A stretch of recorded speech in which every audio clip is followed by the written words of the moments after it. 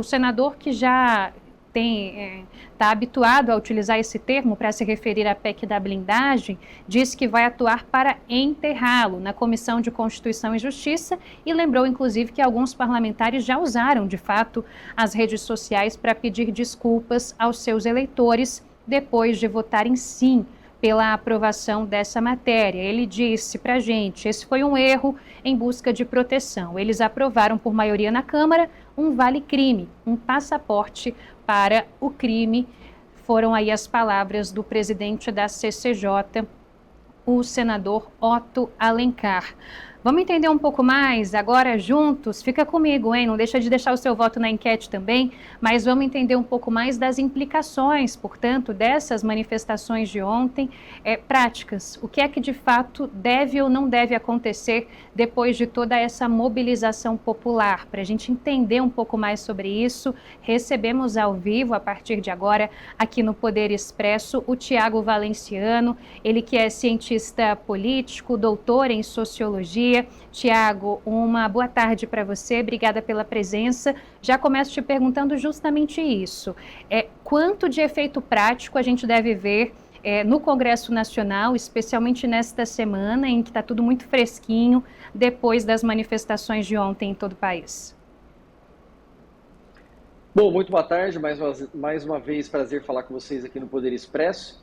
Olha, depois de ontem, que foi talvez uma das principais manifestações que o campo mais progressista, mais à esquerda, fez nos últimos meses e anos em relação à quantidade de pessoas nas ruas, é bem capaz que os parlamentares voltem atrás aí em relação à questão da PEC da blindagem, né? O Senado também já se posicionou lá atrás que seria contra, e aí ficou um debate mais voltado para a Câmara. Ocorre que talvez essa pauta seja uma das pautas que possa unir em alguns momentos esses dois polos tão constantes na política brasileira nos últimos 6 anos, pelo menos, que é a chamada direita e a chamada esquerda. Coloco chamada aqui porque tem várias nuances para a gente poder entender o que é direita e esquerda hoje no Brasil e no mundo.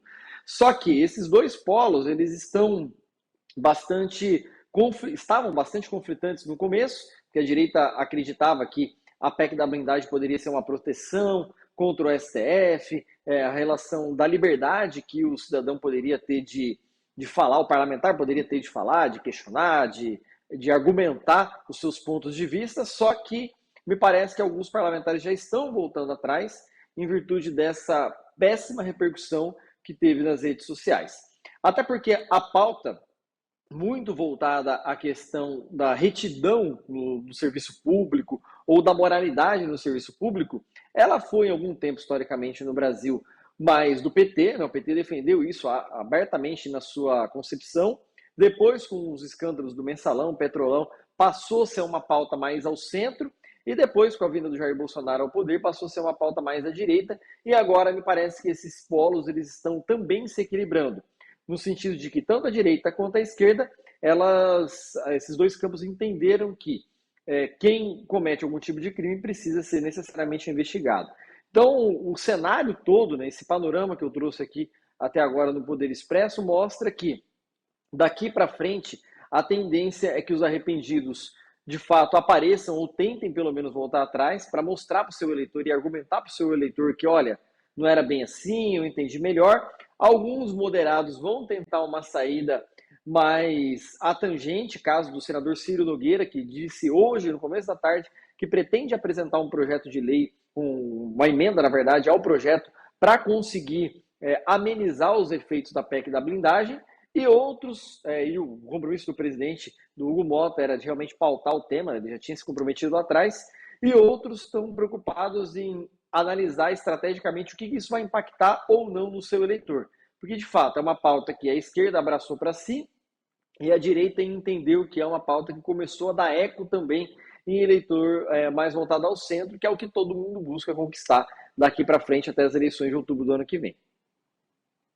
Vou trazer justamente essa manifestação aí que você citou, que é do senador Ciro Nogueira, que é presidente também do Progressistas, porque nas redes sociais ele disse que a decisão do Senado, caso eles optem por vetar essa proposta de emenda à Constituição, será soberana, só que pretende propor o que ele chamou de um aperfeiçoamento que pode atender à cidadania e fortalecer as prerrogativas. Nas palavras do Ciro Nogueira, minha proposta é apresentar um substitutivo garantindo que essa prerrogativa seja assegurada apenas para os crimes de opinião. Isso fortalece o parlamento, a democracia e a liberdade de expressão. E aí eu te pergunto, Tiago, o que seriam esses crimes de opinião e se você acha que existe alguma possibilidade dessa proposta não ser totalmente enterrada se ela for modulada para esse caminho que trouxe aí o Ciro Nogueira. A gente acabou de ouvir o que disse hoje em São Paulo o presidente da Câmara, Hugo Mota, ainda defendendo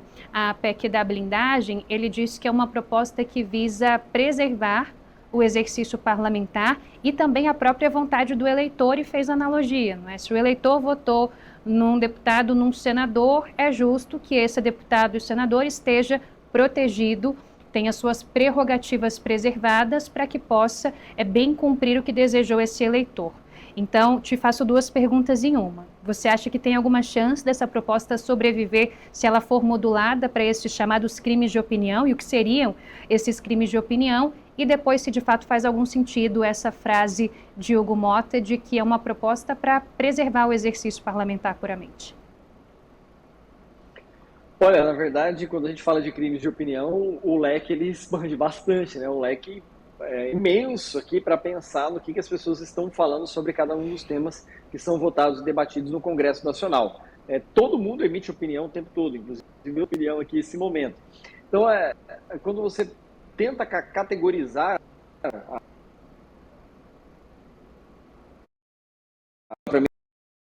vamos categorizá-las como aquilo que somente o parlamentar não vai sofrer nenhum tipo de censura, né? Ou seja, ele vai poder falar aquilo que ele quer sem precisar contra-argumentar ou questionar alguém nesse sentido. Mas vai ser complexo a gente conseguir quantificar o que é opinião.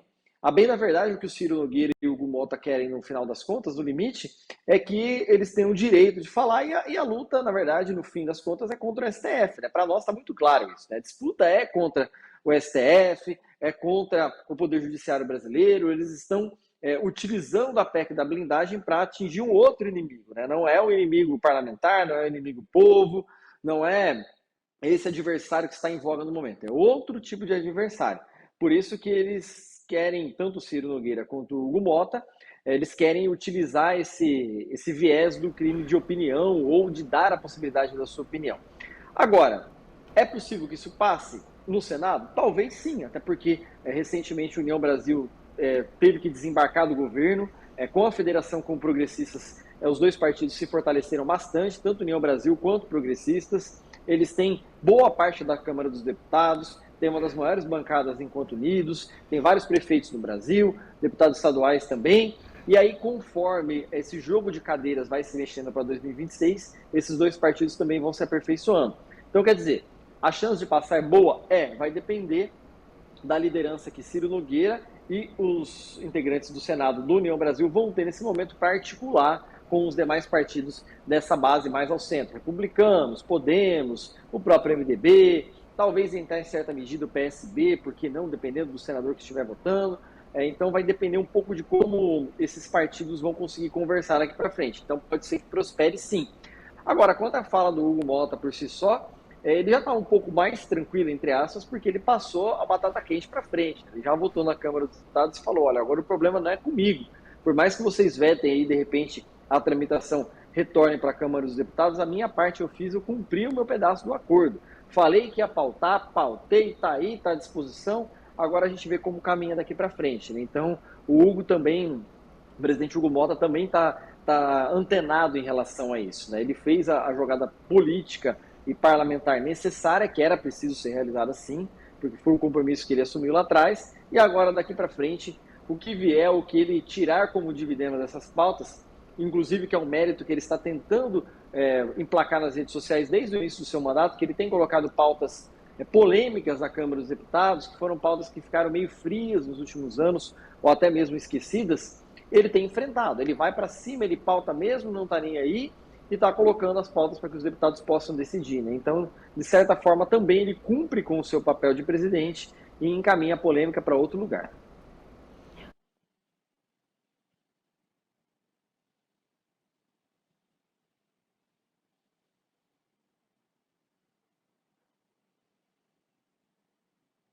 A gente tem o relator Paulinho da Força dizendo que tem a expectativa de colocar esse relatório para ser discutido nesta semana. Ele que depois de muitas reuniões, diz que a ideia é que se chame proposta da dosimetria e não mais da anistia, porque não pretende colocar o perdão a ninguém, mas sim uma revisão das penas imputadas a essas pessoas que participaram do 8 de janeiro, texto que pode vir a beneficiar o ex-presidente Jair Bolsonaro. Só que quando a gente olha e acompanha as repercussões dos dois lados, a gente vê tanto base quanto oposição insatisfeitas com esse meio termo. Então, a gente tem a oposição dizendo que não adianta rever pena, que o que se interessa é o perdão, e o governo dizendo que não quer discutir revisão de pena agora, não quer discutir perdão, não existe nenhum tipo de anistia ou de dosimetria a ser colocado em discussão agora.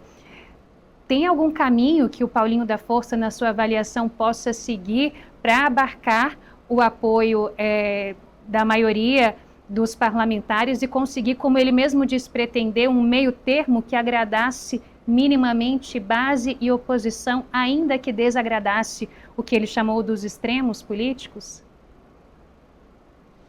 Eu repito o que eu comentei agora no comecinho da nossa fala, né? Que os políticos em geral eles estão buscando a joia da coroa dos últimos tempos, que é aquele eleitor de centro, né? Então, o Paulinho da Força também está tentando buscar esse eleitor mais ao centro, ele está tentando conversar, ou pelo menos buscar um denominador para fugir dos extremos da política brasileira.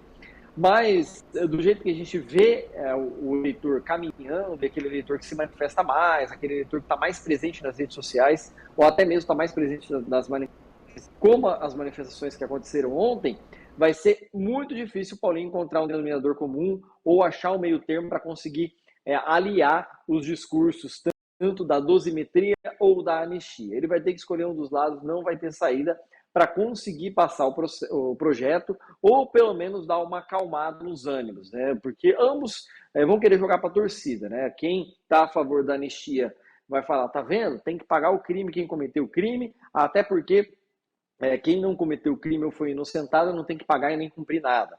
E já quem está a favor da dosimetria, olha só, é um absurdo, criaram uma pena ampla para quem simplesmente invadiu o Congresso, ou para quem fez uma manifestação pacífica, a liberdade do Brasil está acabando, onde já se viu. Então, quer dizer, para casar esses dois discursos não vai ser tão fácil assim. Paulinho vai sofrer bastante e, no limite, pelo menos avaliando aqui, ele vai ter que encontrar uma saída, ora a favor de um lado, ora a favor do outro, lembrando, com um Congresso multifacetado, um Congresso em que, ora, depende dos cargos comissionados oferecidos pelo governo federal, e muitos dos que dependem estão lá na base, nas suas bases eleitorais contra o governo federal, e ora, aqueles que estão no governo e estão querendo mais cargos comissionados também estão criticando aqueles que estão lá na base, estão contra o governo, mas dependendo dessa função dos cargos existentes das emendas parlamentares também. Então não é uma equação simples de ser feita e é esse meio termo que todo mundo está tentando buscar no Congresso e o próprio presidente da República está sofrendo com isso desde 2023, não é agora no final dos últimos um denominador comum, não vai ser tão fácil assim não.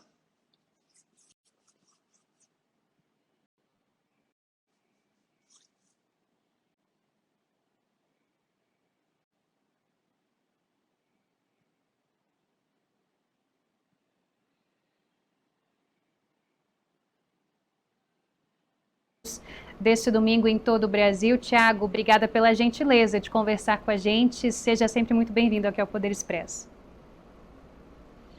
Eu que agradeço, é um prazer falar com vocês mais uma vez e estamos à disposição. Obrigada, boa semana. 4 horas